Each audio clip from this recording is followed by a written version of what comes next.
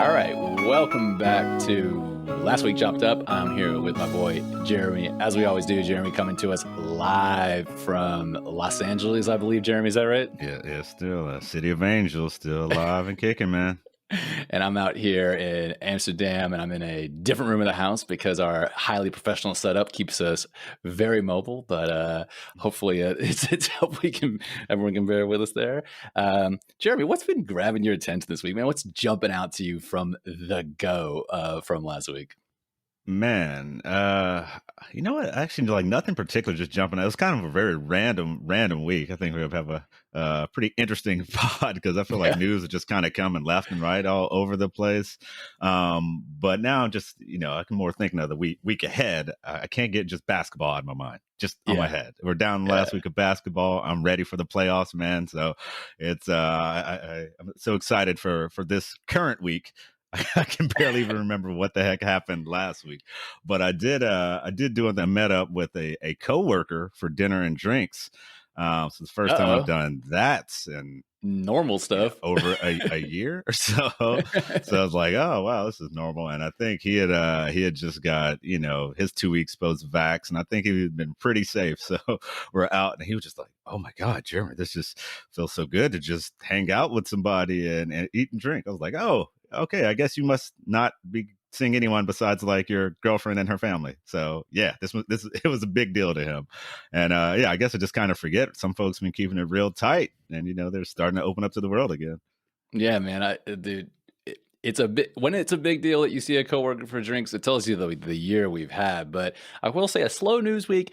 Back in November of 2020 or October, when it felt to me like the world was on fire and the elections going on, and every week was like, please, no more news. Like, let this Biden lead hold and just let this happen. And then it felt like too much news. And now I was looking back, and we're putting the show notes together. We're going to talk about some random stuff, but it's like, in terms of world news, I mean, there's some stuff going on, but in America, there's not a huge a lot of goings on, right? It's like, oh, well, we're kind of getting back to normal. We're going there. Transitioning back to that normalcy, but I don't know. Let's talk about basketball then. What's I saw that Russell Westbrook has set the all-time triple-double record. Now, here's what I'll ask you: are you impressed by this, or is this a guy that could have really averaged 7 rebounds a game and just grabbed 182 times? Like, is it impressive or more of a glamour stat to you? I think it's got to come to impressive. Like, I know people mess with Russell Westbrook of, stealing rebounds when like Steven Adams is there. Yeah. And, I think there's certainly some of that, but I think he's like number 5 in the league in rebounds this year. Like it's a 6'3", at some point it's a 6'3" guard, right? You're just like, this doesn't make any sense. There's no one else on that level. The number before, like, it's crazy. I didn't know the Oscar Robertson number for before. It's like, 181. You're like, okay, well, this isn't like a number that anyone actually knows. No. But I think now you just kind of gotta respect it, man. The guy's putting up 20 assist games over and over, and he's just an engine. He's just going to drive the team forward. He's just going and going. And I think it's been honestly nice to see him, I guess, be healthy and going at it recently. Because he's kind of divisive, right? Yeah, he provides a lot of value. He'll get you over the hump, but then you're like, hey, you probably shouldn't be taking the clutch shot, man. No. Especially if it's like a 20-footer. Like, please pass this to Kevin or Bradley or James or whoever he's playing with at that time. But you got to appreciate the man's energy and drive, and I think it's when we're going to look back and be like, oh yeah, that's pretty nuts. Because when Oscar Robertson did it, I think they're averaging like 140 possessions a game, and now it's like 95 or something. So the difficulty of what he's doing compared to back in the day, I think, is much higher. Oh, there was that period of time where defenses had not caught up, and there wasn't a lot of, it also, not just in basketball. If you go watch like World Cup soccer from the 80s, the defensive schemes are just non-existent. And so adjusted for the era, the fact that this guy's had over 2 full NBA seasons of triple doubles, you have to say, no, that's not all stat padding. But part of me, it's a specialization league. Like, do you want your 6'3" guard fighting for defensive rebounds, or is it, how much of transition points are being given up? I don't know. I know it's divisive, and I just can't help but think ultimately Russell Westbrook is an overrated player. Just all things considered. I think, I mean, well, that depends where you're rating him on that. Yeah. But yeah, I think it's great player, great Yeah. regular season player, but playoffs and clutch moments, I think that's a different sport, different game, Yeah, right? it We've is. seen examples of that on the Thunder, certainly for sure. So, I think we know he definitely can't be the best player on the team that's going No. far. No. He's on the vert. Maybe he can still be the second best. Like, I don't know. It's kind of at that point of his career where it's like, can you be the real number two, or do you need to be like 2B? But Yeah. but I'm here for it. I do just like energy every game, Yeah. right? He's not Yeah. there are no games off. And we see some guys coasting through. That is something you can respect. Like, No. even if you're having bats, it's kind of like defense, right? You're having Yeah. a bad game, you can't shoot. The one thing you can't control is effort. You can bring Yeah. effort every day, and I'll give it to Russ. He's bringing effort every game. Yeah. He's got a mentality. But your point about basketball changes in the last 5 minutes of a game, and it changes in the playoffs. And when everyone's playing defense, the kind of scoring that works when everyone's really not trying their hardest doesn't work. And he doesn't have that top tier scoring ability in my mind. And can't be the number one option in crunch time against good defenders. And in fact, he might not be the number 2 or number 3 option either. But there's something to be said for the guy that's going to work 82 games out of the year and get you to that point. I don't know.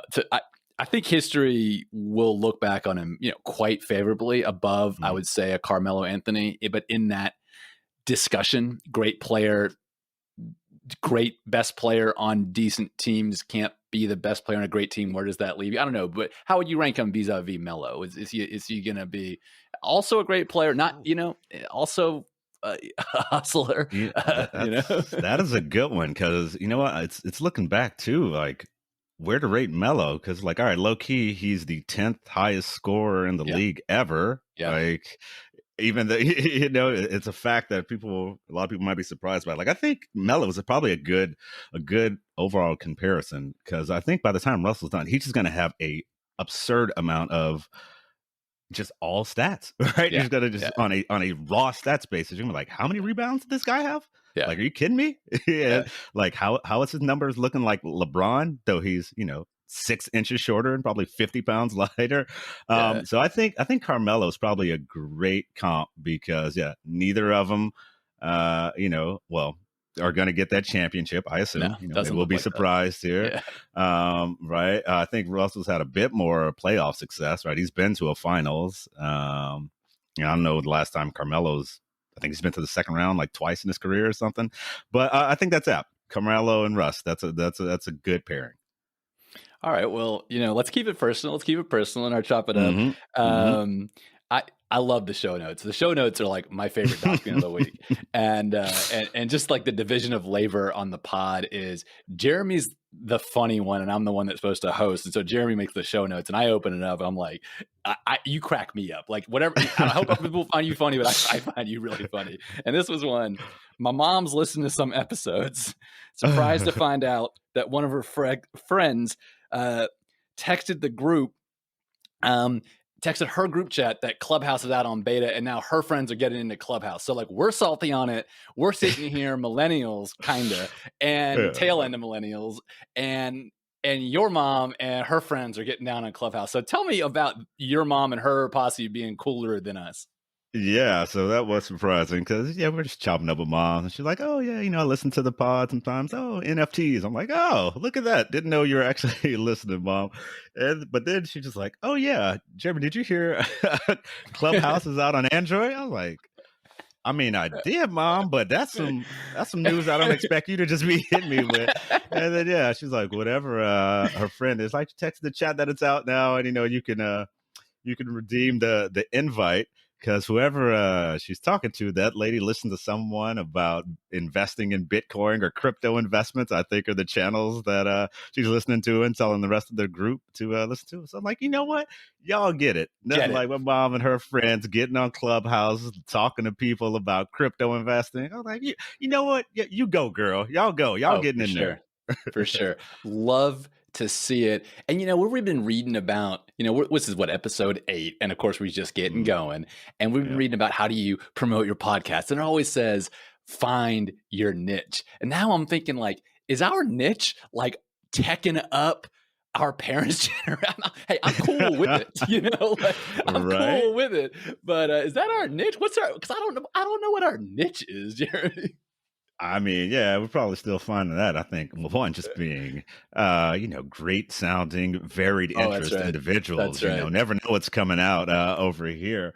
But, yeah, if we just say, hey, the 50 and up crowd, that's what we what we hold down. We'll tell you about the new tech That's around, right. give you a little That's sports right. update. That's right. I'm good with being the new evening news or Hey, whatever. n no problem with it at all, and that voice comment we were on, I mean, I know you remember, but we did one of these cooking experiences that my wife set Uh, up, and it was like yeah. cooking Portuguese food, and there's this Portuguese chef from Lisbon on there, and she's talking all this stuff, and Jeremy signs on, and he's like, "Hey, what we cooking here?" And she's like, "Ooh, Jeremy." Yeah, man, that was a Like, funny that's a one. Barnaby voice. I love how we had a side WhatsApp that popped up, and it's like, yo, Jay, shoot your shot at this. For sure. I was just like, y'all are hilarious, man. That was the COVID, connection thing, and Listen set it up, and we were talking about that for like a month. Right. Like, oh, I think that. I mean, she was about our age or whatever. She was like, oh, hey, and the whole thing like, Jeremy, how are you doing? I'm like, we just kept side chatting like, hey, now, whatever. But if you want to get down a good Portuguese cooking experience, email us. We'll let you know. I forget. I don't know. I forget the exact name, but I Yeah, remember that. So yeah, hit us up, specializing in that. man. You know what?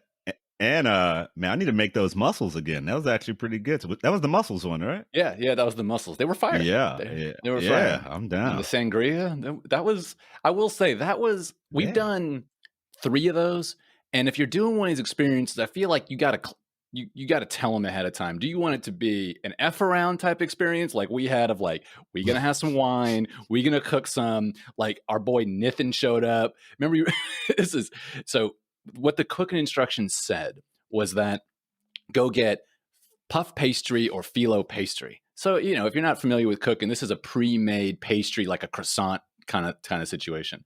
So Nathan is like, hey, I couldn't find puff pastry. He's never cooked before. And he has a big thing that says Texas flour, finest flour in the world.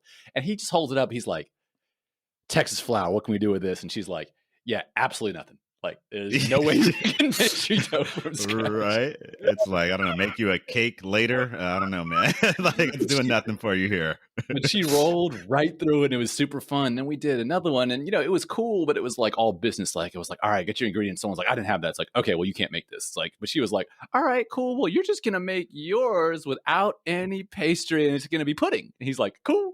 Like, so if you do one of these, make sure you clarify if you Yeah. want that sort of like cool, chill experience, or if you really want that culinary arts experience, because I'll tell you, it's a very different. But I did appreciate that, and I do believe maybe she'll be a last week chopped up listener, because I do believe she did enjoy that voice of yours, Jeremy. If I'm being honest, Right? Yeah. We need to send her a link. Say, hey, give us a give us a follow and a and a review. That's right. That's right. But speaking of our parents, man, because they are been hugely supportive of this endeavor.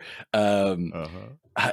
We had, I have another the YouTube channel where I talk to my dad about energy topics, and we were talking about in the middle of it, he was like, hey, he got into this deep kind of flame war in the comment section of one of our videos. And he tells me, he's like, Justin, your boy, your people out there are ticking me off or whatever. Like, so I don't know. What did you make of that? Do you think he fully gets that I don't know any of these people and that he can just drop the arguments with these online trolls? Because now we're getting a lot of people on the channel a little bit. What do you think? How do I Uh, handle this? Man, yeah, I that absolutely cracked me up when I heard that on the pod. And response being like, "My people, like who? Yeah, This is blah blah blah 342 yeah, pops. I don't know exactly. who that is." Right? So, I think after a few interactions, he'll get it. Yeah. But I feel like your dad's into the back and forth. He's like, "All right, man, I got 10 Oh yeah. minutes. Let me type up some energy Oh commentary." yeah. Oh, for sure. He's out there. I mean, we have, because it's about energy. So there's people on there that like, don't believe in climate change. And my dad's fighting back with science. And he's texting me. He's like, did you see what they wrote? Like, look at my comment. Is it good? I'm like, I support you fully. Like, first of all, I don't understand half the things he's saying because it's super technical. And secondly, like, it's cool, you know, it's absolutely cool. Probably the more comments, the better. It's going to increase engagement. We got to get him commenting on our videos. But Right? yeah, no, Yeah. Wait, he takes you it got to real do the serious. full plug. The full plug, though. What is the name of the podcast? Energy Explained on all your favorite podcasting platforms, YouTube. Get up to date. It's an interview process with my dad. It's a father-son team. Thank you, Jeremy. Kind of build that follower count, doing a little duel, but it's been fun, and that inspired us. You pinged me and said, "Hey, let's Yeah. let's throw our hat in the ring. Let's get down." Yeah, man. I was inspired. I love listening to your pod, dog. And yeah, learning about energy stuff. I'm like, okay, all right. How are we doing this? I keep my eye out for articles that might be relevant for you guys. I So appreciate yeah, that. man, I'm here for it. Yeah. Well, I will say this, like, talking about your mom and her friends being down at Clubhouse, like, I'm here for people of all generations getting down with new technology. My dad's got his YouTube channel. He's sharing it with his friends. Like, I'm 100% here for it. And I can only hope that when we're in our 70s, he's in his 70s, like, that we're getting down on whatever's hot. Maybe we got to be a little less salty about it. But I will say, you were right about the Clubhouse thing from one perspective. Every platform in the world has now the live audio chat. Like, I saw it on LinkedIn the other day. It's like, Yep. join a Google product manager to talk about the future of YouTube. 92 people currently listening. I'm like, yeah, I'm not going to do that. But wow, like, they're coming, everyone. It was a month. It's a copycat league, I guess. Yeah, I mean, it's just like it's a new format. You know, it's like, Yeah. okay, you've just created a new format for delivering entertainment. That this by itself is like, it's just a feature. You know, go build out your thing. But great, I mean, it's great. You know, making the new UX for a new internet format, right? Because it's like, oh, okay, you're looking at all the different versions and like, they all pretty much look similar to what Clubhouse did, right? You're like, Yeah. all right, congrats. Now you got to go compete on this whole business thing. And I don't know. we'll Yeah. see. We'll I'm see. sure we'll keep checking in with them. But yeah, the proliferation of this style of content across the internet, it's just coming real fast. It's interesting to me. And I, I do think there's something compelling about it, but the point you made it just originally is it's all about your exclusivity and it's all about the content and can you maintain that edge? I don't know. We'll see. I'm still salty on it just from like a company, not a feature perspective. But I Yeah. like having companies to root for and root against. You know, what I mean, it kind of makes it more fun. Like, oh, I'm for it, even without investing. Like, I'm for this, not against. I don't know. Are you a root for companies for no arbitrary reason, but or are you just not like that? Like, is that a weird Justin thing? Yeah, I mean, I guess companies, unless I, know someone there, co-founder or something, I'm just like, I don't care. I'm here for let's see this battle. Like, I'm here for Yeah, watch a game. It's kind of like if you're, let's say, a Super Bowl or a playoff game and, none of them are your teams. And people always ask me, like, who do you want to win? I'm like, don't care. Good game. Like, yeah. that's what I want to see. So on stuff like this, of businesses going at each other, I'm like, kind of don't care who wins, but I want to see the battle. Like, I'm here for the fight, man. That's where I Yeah. get my entertainment out of things. Yeah, I hear you. I like that with the new technologies too, of like the battle between the old principles and just like a new trend. And we talked about NFTs, and Floyd Mayweather's now releasing a bunch of NFTs. I mean, that guy's going to release anything you can make money off of. And if you're not a boxing fan, Floyd Right. Mayweather's a famous boxer, and he calls himself Money Mayweather, so he's releasing exclusive NFTs. But it's heating up to the point of like, is this enthusiasm going to water down the pricing, or is it going to actually increase? Do you think it's going to increase the cultural energy around them now that every sort of celebrity out there is kind of putting their hat in the ring? I mean, I think it's going through definitely boom bust cycle booming Yeah, right now. yeah, It'll probably overheat and bust yeah, out when people are like, I don't need to buy an NFT of Jake Paul opening Pokemon cards. Like, that should have little to no value, right? So yeah, I think after you yeah, burn through that, it'll come back to more of the what we talked about before, real digital collectibles, and really connecting people with stuff that we think has real value, not just all Yeah. right, here's a dumb video of whatever, and we're going to charge for it. So in the long term, for sure, betting on it. I think we're going to see a big bust. But yeah, long term, I think it wins out. But who knows, man? We'll see. But Yeah. it's certainly overheated now. Just NFT. I'm like, no one even knew what these were 6 months ago. Now No. everyone and their mom is dropping NFTs. No. All right. And then I'm like, wait, are we behind? Should we be dropping the NFT of us recording the pod? Like, I don't. We could. I man. mean, I think one of your mom, my dad, or someone else would buy it, but we could drop it.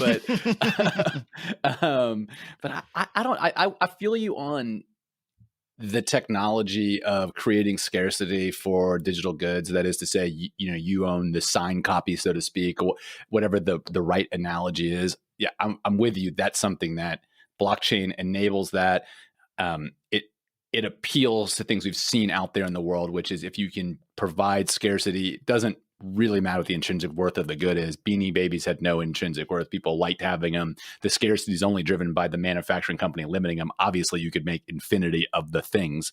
And we saw it have its arc, but it popped.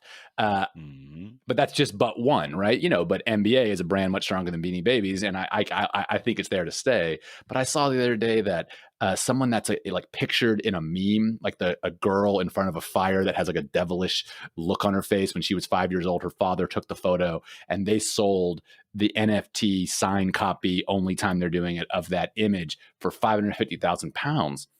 And they split the money. And it's people like, how do you price that? It's like, well, one, like they can't really commit to not selling it again. That's the weird, they can say all they want, but ultimately that's going to be real hard to provide that. But imagine you can, but I don't know. Like, how do you value that? I agree with you. I don't think anyone knows what the prices should be, but if someone spent £550,000 last week to be the proud owner of a picture that turned into a meme. So now I bet all the people in like Bad News Bobby or whatever the memes are gonna be like, I'm issuing the one, like good guy Greg, picture, and all these people. I bet there's a bunch of like internet famous people that are like, this is the time to make some. Well, how do you think? What's going to happen, Jeremy? What's your NFT prediction for the next 6 months? In 6 months, will there be a greater proliferation out there like we're seeing now, or will there be lots of stories about remember when the summer of 2021 when people were buying memes for $500,000 and now they're not, because that's crazy. I mean, so my gut is 6 months from now, hopefully the world's more vaccinated, more travel. People like leave your house, quit doing dumb stuff like buying NFTs. I think people will be much more on the focus of hey. We have other things to do with our attention now. Like we were kind of constrained for a bit, but guys, get out and do stuff. Stop buying silly gifts of like a popcorn gift going for I don't know 10K. It's like don't do that no more. That's crazy. That's a good point. That's a good point. Yeah, so that's my thought, but we'll see, man. We'll see. Yeah, I don't know, because the supply side response is what would scare me, because sure, the first meme that gets posted, like you said, are we too late? But when there's 500 of them out there and every artist is doing this and the supply side really responds, is the demand base that deep? I don't know. I would predict that we'll be talking about the technology here to stay. The NBA Top Shot, that stuff, it has a clear supply pipeline. There's players every year. There's highlights every year. It's a clear, consistent brand. They can credibly commit to only producing 500. But the whole like, I'm going to pay $5 million for digital artwork, I'm going to say that's a bubble, and that's going to come crashing down. That's my prediction. Where you at there? Bubble on digital art or no? I agree with you. The bubble on digital art at the prices we're seeing at the very least. That to me is pretty crazy. So I think a price correction, then it makes more sense. But yeah, I think it'll be interesting stuff. I've started to see some articles of people being like, hey, concerts and sporting events, NFT versions of tickets to like have and say you've been there. So some of that's kind of interesting, right? Keep it digital. This is what I've been, and you can make a cool little holographic looking ticket. So how it's gonna, I think we don't know the ways that might be more practical, right? Where I'm like, okay, that'd kind of be nice. I go see whatever Drake or whatever concert. I'm like, oh yeah, I got this NFT, this cool little ticket, just to remind, as a reminder, instead of keeping all those paper tickets, Yeah. some people keep. It's like, all right, I got this NFT, blockchain, digital, nice and easy. But we'll see, man. It's one of those. I think we're going to see a lot of innovation in the space, so I can't even fully predict where this NFT train will go. That's why I love talking to you, because you, Jeremy, is a product leader at a tech company, and I have an economics background. So here I am talking about supply demand, and you're like, how can I incorporate this in my product? How can I Ticketmaster be like, add $10 and get your NFT, and your brain's over here churning. And I hear that, I'm like, oh yeah, that's gonna Yeah. be a thing for sure. Add $10, get your Drake NFT, and then you have your concert board, and it's got to be digitally signatured. And it's like, I've been to 100 concerts. Like, have you been to Madonna or whatever? It's like, well, I got my NFT. That's a good idea. Patent pending. Right. If you're listening, yeah, like you got to save That's the. like, I was there, I was in the house, and there's only 10K of these ever.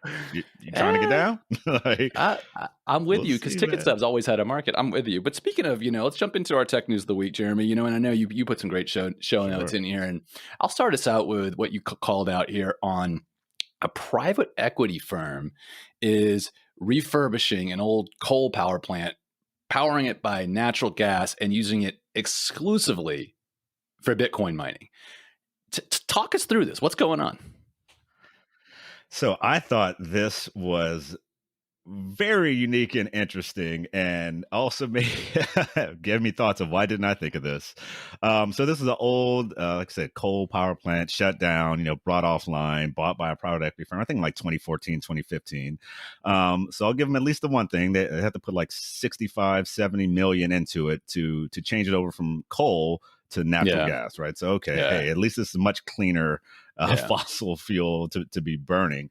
But using it for Bitcoin mining is the real factor here, because I believe in New York specifically, which is where this is, not sure federally, but in New York, you can actually charge more for electricity for people who are doing cryptocurrency mining, right? So that's the whole, we don't want you to take advantage of cheap energy for this purpose that we think is maybe not a great use of energy. So with them having a plant creating their own energy, and they are not on the grid, they are not impacted by this law where they could get charged more. So that's just, I think, a great use of the energy. And I think they said over 2018 and 2019, like their average cost to mine a new Bitcoin was something around $2,800. No idea how they sold off, but I believe a Bitcoin right now is worth $50,000. So start thinking of the profit margin there. Like, that is great profit. And now they're actually planning to expand, I believe, from something like 80 megawatts plants to a few years from now, thinking they might get to 500 megawatts. And I mean, it just sounds smart. I think a better sell might be if they got on clean energy. So if they had a large solar array and battery packs, like, hey, we are mining clean crypto here. Just seems like a great idea. So I love the ingenuity of it. I love it too. And like you said, if there's a lot of places, and if you're not up to date, listen to Energy Explained to get up there on solar. And, in LA, for example, I believe there's been a huge solar installation that's averaging about 3 cents per kilowatt hour, which is cheaper than natural gas because it's so sunny in LA and all the technology. And oh, by the way, the whole intermittent power issue is much less of an issue for cryptocurrency mining, because so what if if it goes blackout at night, what do you care? Don't mine at night. If it's a cloudy day, what do you care? It's not like your air conditioner stops working or your power goes out or whatever. You just slow down the operation, right? So I think it actually is a great use, because the whole knock on solar is the high variance, but then you sort of don't care, because over the long run, over the month, 2 months, 3 months, you're going to have your 18 sunny days. So I'm with you out there. And so our last week chopped up official advice to all these private equity firms is go get heavy in solar for cryptocurrency mining. And oh, by the way, if the cryptocurrency doesn't work out, I'm pretty sure people will happy to buy your green energy from you. But that was a fascinating one too, because I remember when crypto first came out, when Bitcoin first came out, they moved, it was CPUs, then GPUs, then what they're called fully programmable gate arrays, which are like programmable chips, and then what are called LASIKs, which is just on silicon. The processor is built to solve this specific task, can do nothing else. And then that was the technology for about 5 years. And now it's like, combine that with a power plant we built just for this. And we're like, all right, we there. This is just a building that does one thing, which is solve a hashing function to create. Like that's wild to me, how the market works. Oh Yeah, man, man. it's crazy. It's funny talking out loud. I'm like, okay, should we make a, Justin and Jeremy investment firm? Like, we're doing clean energy and mining. That's it. That's all we Yeah, do. bro. Now give us 100 mil to go deploy this. Well, if there's any listeners out there that got 100 mil that are looking to deploy something, we are happy to oversee the project. I think because no, I'm fully with you. I think it's got a lot. It's got a lot of Right? advantages. I don't know what else. What else we got tech news, Jeremy? So we got innovations in crypto, and I know you had a few others here. Yes, Want to sir. give that update on the Epic Apple? That was such a good discussion last week. Yeah, yeah. Well, this week it's more of just some goofiness. There's still some great things coming up with the trial, and I think one great thing is about steering and how like Apple doesn't let you tell people in your app that there's cheaper ways to pay for it. But we can do a recap on what's really happening later. To me, the hilarious thing this week was what came up is Apple's interviewing, I think, the marketing and one of the marketing heads of Epic, and they're talking about this character Peely, which is a humanoid banana. That's like kind of the mascot of Fortnite. So the guy's like, hey, is this your matchmaking lobby? Yeah, it's our lobby. Who's that? Right here, like, oh, that's Peely. Oh, I see he's got a tuxedo on. Is he called Agent Peely with the tux on? The guy's like, yeah, we call him Agent Peely. And then the lawyer's like, great, we wanted to use the agent or one with clothes on because we're in a federal court. We don't want it to be inappropriate to have a naked banana. And it's like, what?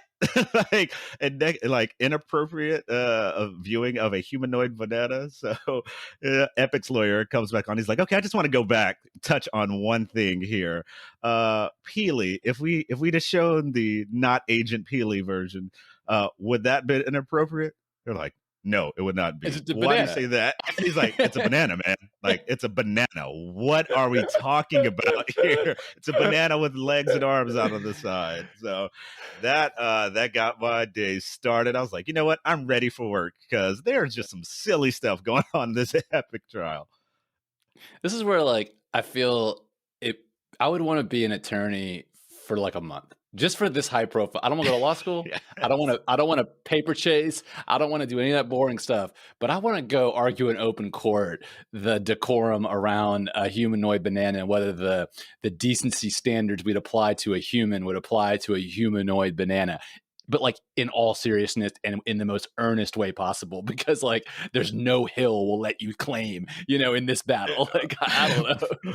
Right. It is funny you mentioned that. So I actually know a lawyer on the case. She's on the Apple side, but Oh, I said the really? same thing. Yeah, I was like, okay, I just want to be here for this, whatever, the year of prep or however long you guys have been working on this trial. I'm like, because I'm very interested in the tech, and the gaming and just the app store and, what might this mean for other app stores going forward. And that's a bit of why the judge is like, okay, if I rule here, I'm pretty sure this ruling might carry over to game consoles and anything else that's a walled garden. Like this is not just an Apple case. This is going to have larger Yeah. repercussions.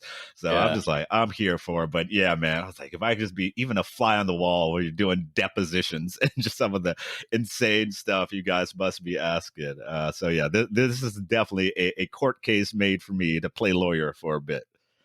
Oh man, I interned at a law firm one summer in college, and I used to love read the depositions because there's you depose someone, you say, hey, who invented this? And they'll say, I invented it one night, 11 p.m. at a bar on a napkin. And you're like, give me more details. Like, that's my story. You can't disprove it. And they've clearly talked to an attorney and you're reading it. And the head partner's like, dig into that guy's story. It's obviously BS. I'm like, well, yeah, it's probably clearly BS, but like they asked him 18 different times how he did it. And he's like, it was May 18th. And I was at this bar, the Roadhouse, and I invented it. And you're like, so you never stole it from this other company? No. Like they just like cool, it's like it's fascinating. And then emails go into discovery. It is for geeks like us. It is fascinating. But I definitely would. I have a lot of time for like the precedent around decency for humanoid bananas. Like I have a lot of time for that. For that. Like remember that Epic versus Apple case and how that set the standards for platform and abusive dominance, and also how like you have to clothe humanoid fruits. Like I got time for it. Right. Oh man. So yeah, we'll get back to the case. I think there's a couple more weeks left, but yeah, that's just some interesting concepts that have come up that we'll certainly revisit. All right. Well, I love it, love it, love it. And so let's, we got 2 more segments to get to, and I'll lead us off here with European news of the week. So we got some good news out in Europe, which is the pace of vaccinations is picking up for coronavirus, and in Okay. fact, Germany hit per capita wise about what the US was doing at the peak, and other countries are almost there. So on a per capita basis, Europe is now getting vaccinated about as fast as the US was in about mid-April. Now, we're still quite behind because, it's the first dose and it takes 6 weeks and all of this stuff, but it's actually happening. So I'm predicting August is going to be the most bananas Europe travel summer ever, because it's all going to be concentrated in August. In America, it's spread out, but here Mhm. everyone's having everyone under 50 has not been vaccinated yet. They're going to get their first dose in June. So like end of July. So if you're an American out there and you want to get down on the most poppin' continent, I do believe August Europe will be going on. How you feel about that, Jeremy? Are we going to get you out here in August? I mean, I think I need to get to booking is what I think, my Yeah, man. Come yeah, visit yeah, you. I was talking to another friend. I think they're talking about going out, and they're like, Jeremy, what do you think about maybe Greece in August? I'm like, here for it. I'm gonna go hit the yeah, Netherlands. Greece. I was like, hey, I need my Santorini pictures just like yeah, everyone else yeah. has. All right. I was like, and if we're real frisky, I was like, maybe we go to Italy too. Like, Get let's down, just do a European hang, get down. trying to help bring up the economy over there, right? Oh, for sure. They Doing will my love. part.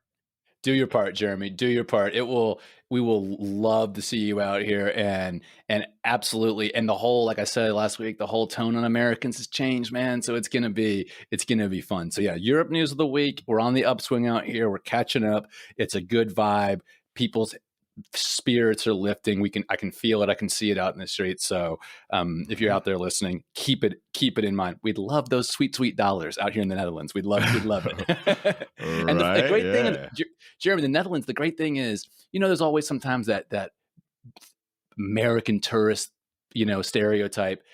The good news is in Netherlands, that stereotype only applies to British people. And not enough Americans come to the Netherlands. So you can come out here and just everyone's like, oh, there's British frat parties, there's this. And it's like Americans are like the Americans that come out here want to see the Van Gogh Museum. The Americans that come out of here want to see the culture, So it's Yeah. it's a different stereotype, man. It's not like, Yeah. but the British people, this is like Amsterdam's like Las Vegas for the British people. It's like 1 hour away, and weed's legal and stuff. So it's a little thing. So you can Americans, if you go to the Italy, I don't know because I think a lot more Americans go there. But if you go to Northern Europe, go to the Netherlands, you will ride on that sweet, sweet, good reputation. Right. It's funny you say that because I definitely did go to the Van Gogh Museum when I was in Amsterdam. But man, the one I couldn't do was was it Anne Frank house is there, right? Yeah, yeah, you got to get That reservations in line's advance. always two bananas, man. Yeah, it is Yeah, two bananas. So yeah, maybe next yeah. time I'll catch you at Anne Frank house. Yeah, we can make some reservations for you or something. But now you can't just ruck up at the Anne Frank. But Van Gogh, you can just show up, and it is cool actually. If I'll say it is dope. Uh, But yeah, so uh, that's where we're at. And let's jump into our screw up of the week. And I know we got two here. let's do it. Jeremy, I want to use the first one at least. I'll go with our winner. So talk us Okay. through this Basecamp announcement. Talk us through what's going on with Basecamp and their new at work policies that they recently announced.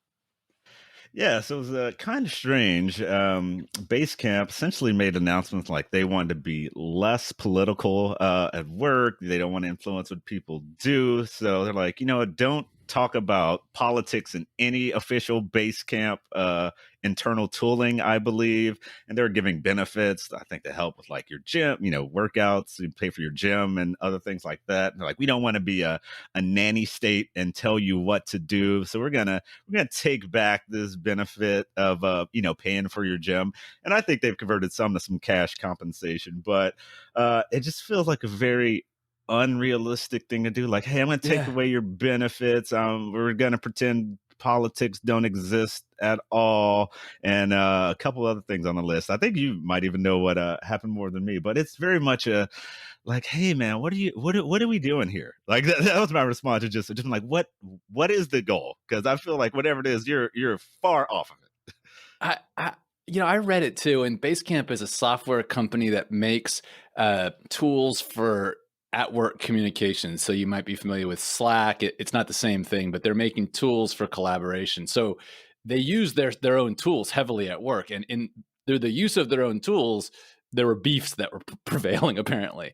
And to your point, like the solution, I don't think the solution is prohibition. I mean, to almost Yeah, any problem. Yeah, the solution right. to murder is prohibition, no question. But the solution for nonviolent stuff is really prohibition. And they came out and said no politics at work, and then they kind of paired it with this like, we're going to take away your fitness club, and the first year we're going to give you cash value, and then going forward we'll figure it out. And you're like, I, I it was perplexing. They've gotten a lot of negative feedback and some attrition, but I, I I don't know. I mean, at your work, is there a real big problem of people beefing on politics? At my work, there really isn't. Yeah, I mean, not that I see, Yeah, certainly, we talk about things and we talk about well more in the like the summer of Black Lives Matter, George Floyd. yeah, So a lot yeah, of it is typically inflow to me of like, hey, you are a black tech person. How do you feel? I'm like, oh, I don't, we can talk about this, but not so much as like red versus blue. To me, it's a lot more, I think, of education. And as long as I think you speak respectfully, I yeah, think it's an open topic. Like, okay, we can disagree. yeah, I lean blue, you lean red. Okay, that's yeah, great. Let's look at this art. yeah, Like yeah, it's not a problem. But so I would yeah, say to me, politics at work is fine. You're like, but be respectful and be an adult. Like that's it. yeah, Like like, and if you're not that, it's going to be consequences. And that is, yeah, like you're an adult. I have no respect for you. These are the guidelines. Generally, don't be dumb. That's it. yeah. I'm 100% with you. And to me, if you're respectful and as long as you're expressing opinions in the range that are not discriminatory and hurtful in this way, like I don't mind at all where you land on the spectrum. We can have a conversation, we can associate or not. And to me, if you're going for prohibition, you're really saying to me, it shows a real lack of faith in the employee base. And I think it came across that way of like, well, we just can't have you talk about this. Imagine if you said you can't talk about people's physical appearance in any way. You're like, well, you can say nice sweater in a respectful way. You can also harass someone. There's a difference, and adults know the difference, and the harassers should be punished, and the people that are being respectful and polite and lifting someone's spirit shouldn't be. And to me, it sounds like the same thing. I don't know. It feels undercooked. I would say that. Yeah, and I believe they offer like 6 months severance to anyone who wanted to Yeah, leave if they didn't yeah, want to go on with new policy, and I think a third of the company left. yeah, uh, Like that's if that's not a signal of you have really messed up. no. I don't know what is. That's overconfidence right there. It's like, and by the way, if you don't like this, you can walk. People are like, well, I was looking around anyway, and the world's about to open up, so I'll take a 6 month paid vacation and go find Right? myself a job later. Like, I don't think Yeah. people realize that not everyone's heart, blood, sweat, and tears into the company. They'll go work for somebody else. You know what I mean? Yeah, for sure. It's like you're paying me for this hot August European summer I'm about to have. So Exactly. yeah, Yeah. give it to me. Base camp leavers, come on out here, spend that dough. We're welcome to have you. Well, that's a good one, man. I appreciate you putting that one in there. Let's jump in. Now, you've given a suggestion for a new segment called Lightning Round. So I'm going to throw a few Yeah. topics at you, and you just let me know what the dilly is. So All right, NBC is let's get it. NBC is canceling the Golden Globes until more reform around, I believe, racial equity and representation. Yeah. That one I think real quick. Hollywood Foreign Press Association, I believe, who runs the Golden Globes had zero black people. I think it's just like, hey, go fix this now. And apparently they Yeah, also in like interviews for the Globes, they sort of potentially racist or sexist thing. And I think more and more folks like, you know what? We don't need this. yeah. Who We cares don't need about you. the Golden Yeah, Globes? Catch you no, later. If you'll get your house in yeah, order, we'll revisit this. So I'm here for it. Maybe yeah. catch you in Me too. 2023 Golden Globes. Yeah, me too. I'm guessing not being on NBC will hurt their brand awareness. I'm with you. All right. California announces they had a $76 billion budget surplus. Fill me in. Yeah, so that's a billion with a B here. Yeah, Yeah, yeah, I don't know. I believe they were projecting they'd have like a $30 billion shortfall. We're in mid-pandemic, having this extra money. One, certainly the federal funds helped, and there's a lot of well-off people in California. So when the stock market and tech companies go boom, there's a lot of tax revenue that comes in with that. So I think we're definitely seeing that occur. So yeah, it's kind of great to hear the government with a surplus that is so infrequent, at least in America, of actually making more than you spent. So I think some of the good initiatives with it of trying to address homelessness more, giving more funding for education, working on infrastructure. So I think I've seen some pretty good plans for the surplus. So yeah, it's one of those. Let's remember this moment, 2021 surplus. Let's see if this continues. So good on you, California. Do some smart stuff with the money. Let's keep it moving. Way to go, Cali. Haven't heard the surplus word in U.S. government in 25 years. Way to go, California. Cybersecurity and the Colonial Pipeline ransomware attack. What's going on there? Yeah, so this is been kind of crazy. So this is a major pipeline on the east coast of the U.S. Typical kind of ransomware attack. We lock up your computer system, tell you to pay us. We're going to do bad things. So they have to completely turn off this pipeline. It goes to zero. I think this supplies something like 40 to 50% of the oil on the east coast of the U.S. So what happens is, like, there's not any immediate impact. There's a lot of supply there already, but folks have started making a run to the gas station out of kind of panic. And if you think back to maybe like toilet paper shortages in the pandemic, where it's like, hey guys, we don't need to hoard this. We know you're pooping more at home, but like you don't need all the rolls in the world. So that's kind of happening again. So this has actually drove the app Gas Buddy to #1 on the App Store in the US because gas stations are running out of gas. So now you're checking Gas Buddy to see where you can actually get gas. I think something like North Carolina had 70% of the gas stations on a given day run out of gas. So it's just been pretty crazy. It shows the exposure of kind of critical infrastructure, right? I think a lot of ransomware or hacking or attacks on tech companies, government, or banks, and it's like, just this oil pipeline can easily impact us. So it's been a kind of wild story, and just another thing that we'll probably see more of this going forward. Yeah, I agree. And let's dig in on future episodes on ransomware attacks and cybersecurity. It is an interesting one. I do think it's going to be something we're hearing more and more. Final one.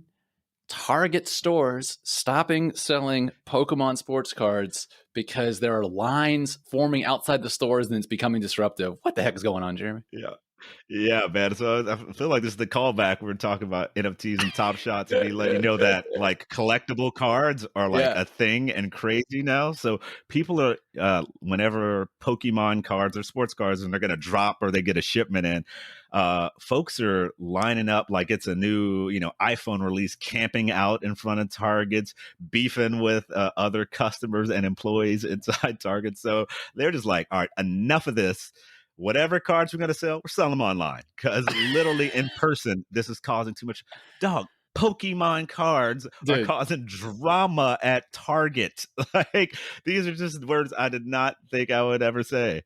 Well, maybe that Pog collection we have from the 90s is finally going to appreciate and value like I was promised that it would.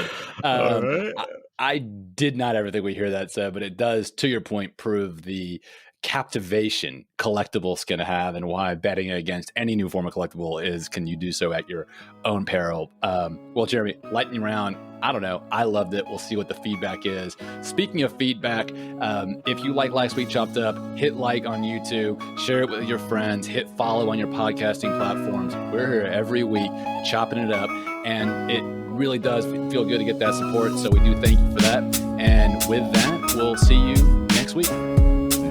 Catch you later.